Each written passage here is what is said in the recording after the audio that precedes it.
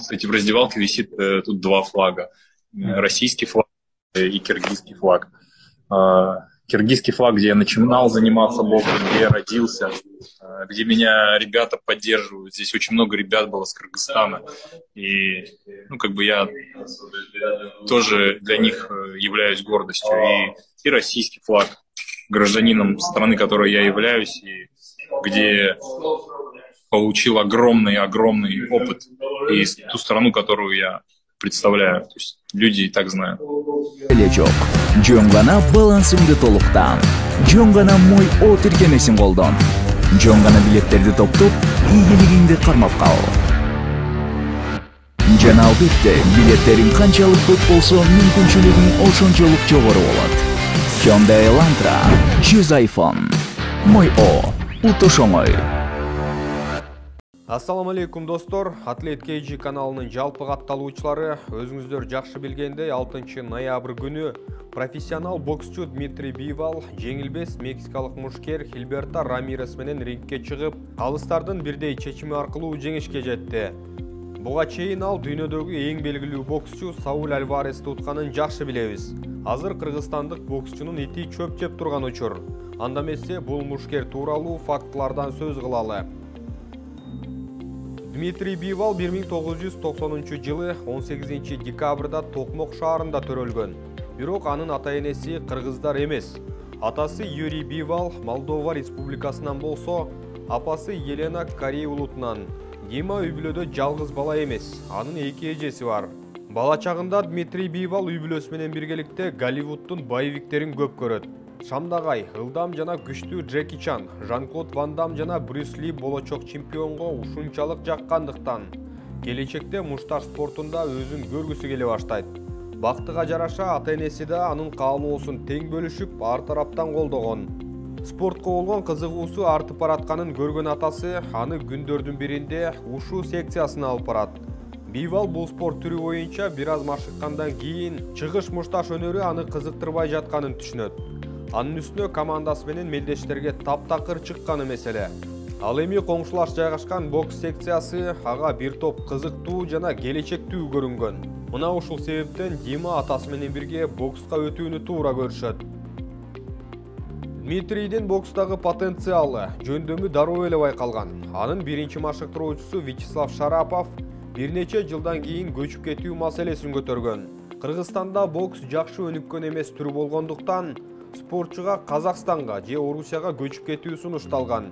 Ата-энеси уулун колдоп, 2001 жылы спортчунун атасы Санкт-Петербургка жашоого көчүп кетет.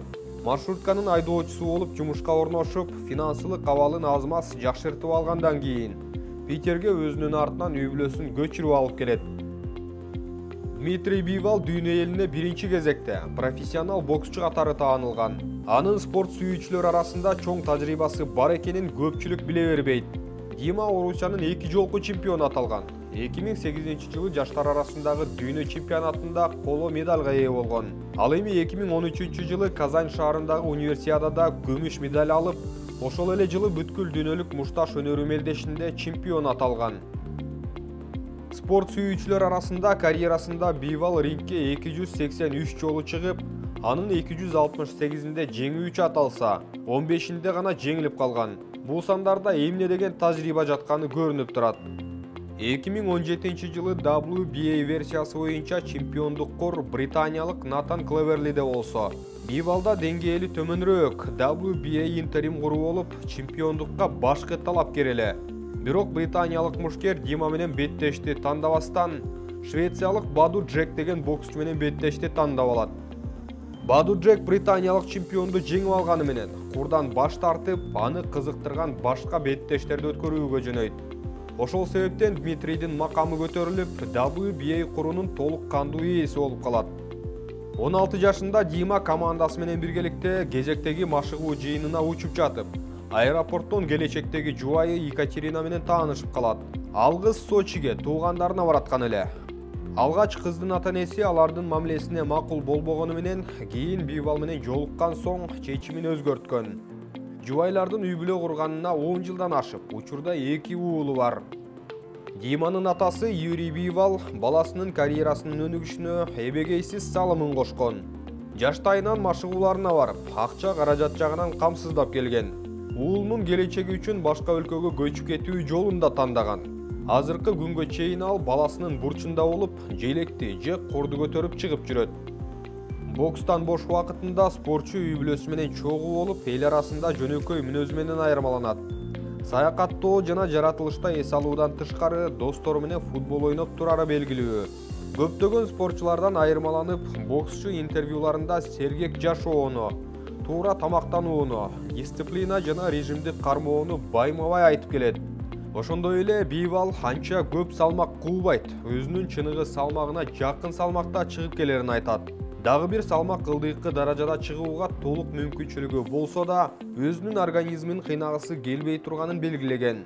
Мына ушундай достор, дүйнө жылдызы тууралуу фактылар болду. Кыргыз боксунун кайсы жылдыздарын тааныйсыздар? Комментарийге жазып калтырабыз.